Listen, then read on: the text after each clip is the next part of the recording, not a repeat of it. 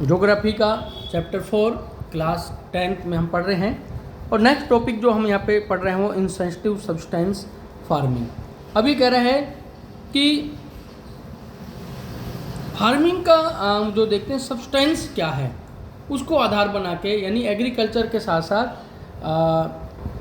Yes this type of farming question आता है, what is sensate intensive substance farming. तो ये सारा आप लिखोगे जो मैं पढ़ रहा हूँ।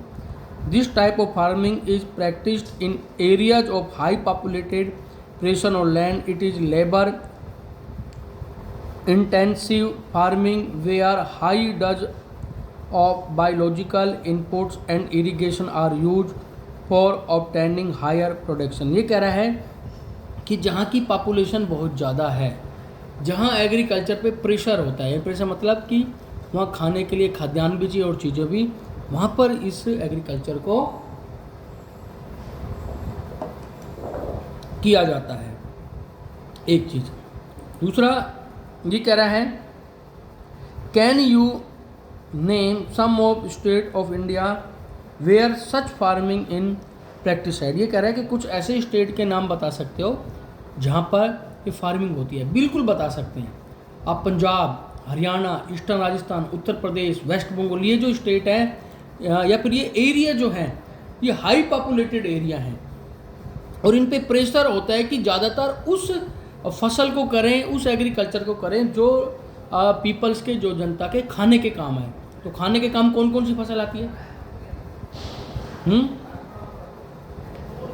बताओ बेटा, खाने में कौन कौन सी फसलें आती हैं? Rice, wheat.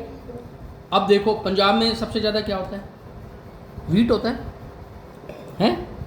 हरियाणा में भी होता है, उत्तर प्रदेश में भी होता है, वेस्ट बंगाल में चावल होता है। तो अपने देश में अगर मेन टू फूड अगर क्रॉप की बात करें खाने में तो यही होते हैं। तो ये यहाँ पे शो कर रहा है कि जो इंटेंसिव सब्सटेंस फार्मिंग है ये वहाँ की जाती है जहाँ प्रेशर होता है, जहाँ फूड का वो करने का दबाव होता है। आगे हम पढ़ रहे हैं, through the right of the inheritance leading to the division of land among. Second ये कह रहा है, through the right of inheritance in leading to the division of land among successive generation has rendered land holding side uneconomical the farming condition to take maximum output from the limited land in the absence of alternative source of livelihood. Thus there is a enormous pressure on the agriculture. ये कह रहा है कि सबसे पहले हम बात करें कि फूड वाली जो फसलें हैं हम उनकी बात करते हैं, तो इन्हीं का ही हम मेन प्रोड्यूस करते हैं, उत्पादन करते हैं, जिससे अगर हम ये देखते हैं खाने में जो भी फसलें हैं, जो भी जिसको हम फूड के रूप में यूज़ करते हैं, तो सबसे पहले ये होनी चाहिए। सेकंड हम पढ़ेंगे कमर्शियल फार्मिंग। तो ये कमर्शियल फार्मिंग क्या होती है?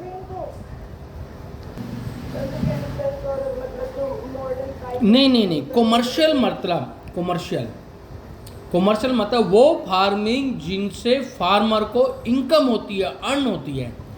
जैसे फार्मर ने वीट भी उगाया, ओके, ऑयल सीड भी उगाया, तो वीट में तो सबसे पहले क्या करेगा, वो अपनी रिक्वायरमेंट पूरी करेगा कि उसको खाने के लिए जितनी गेहूं चाहिए अपने घर के लिए उसको रखेगा, उसके बाद जो बचेगी वो मार्केट में सेल आउट कर देगा। लेकिन ऑयल सीड की बात करें, सरसों की बात करें, मस्टर्ड की बात करें, तो वो अपने घर पे तो रख नहीं सकता, वो सारी की सारी फसल बेच के आएगा। तो जब वो जिस फसल को बेचने के लिए वो उगाता है फार्मर, उसको कॉमर्शियल कहते हैं, जिससे उसको अर्निंग होती है, इनकम प्राप्त होती है। Yes, clear? तो इसको हम कहते हैं। अब मैं पढ़ रहा हूँ, the main characteristic of the type of farming is use of the higher doses of the modern input sector high yielding various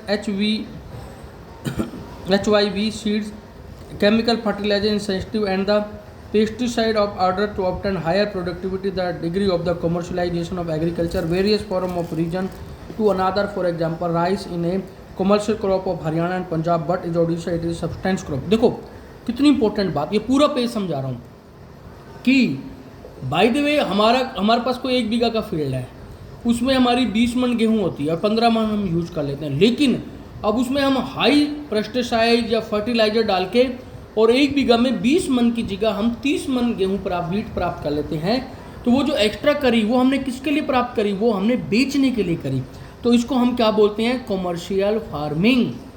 समझ गए। दूसरा ये कह रहा है कि अगर हम आज बात करें, चावल अगर पंजाब और हरियाणा में होते हैं तो वो तो बेचने के लिए कर रहे हैं, क्योंकि उसको वो पंजाब का मेन फूड नहीं है राइस, लेकिन जब उड़ीसा में अगर राइस होता है तो वहाँ का मेन फूड है, सबसे पहले ये खाएंगे। तो समझ गए कॉमर्शियल फूड के बारे में। आगे, can you give some more example of the crop which many be commercial in one region and many produce substance in another region.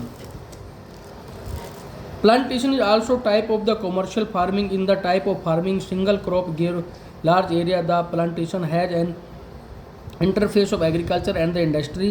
Plantation cover large tracts of land using capital intensive inputs with the help of migrant laborers. All the produce to use the raw material in respective industry. ये कह रहा है कि जो plantation जो crop है, जैसे गन्ने की बात करते हैं, तंबाकू की बात करते हैं, इन चीज़ों को ये सारी क्या है, ये प्लांटेशन होती है, इनके पौधे ज़मीन में रोपे जाते हैं और इनमें लेबर भी ज़्यादा लगती है और ज़्यादा इनमें खर्चा भी आता है।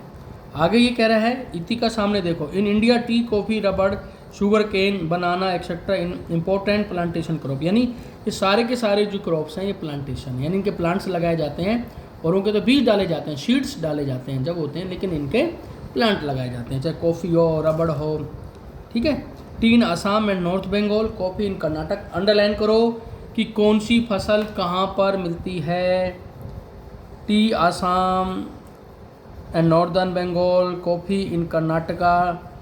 सम of these important plantation crop grow in these state. Since the production mainly the market as well develop network of transport and the communication connecting the plantation area, processing industry and markets play an important role in the development of plantation। आगे ये कह रहा है कि हम इन plantation को marketing और other way में भी डेवलप्ड कर सकते हैं। तो कल हम पढ़ेंगे क्रॉपिंग पैटर्न।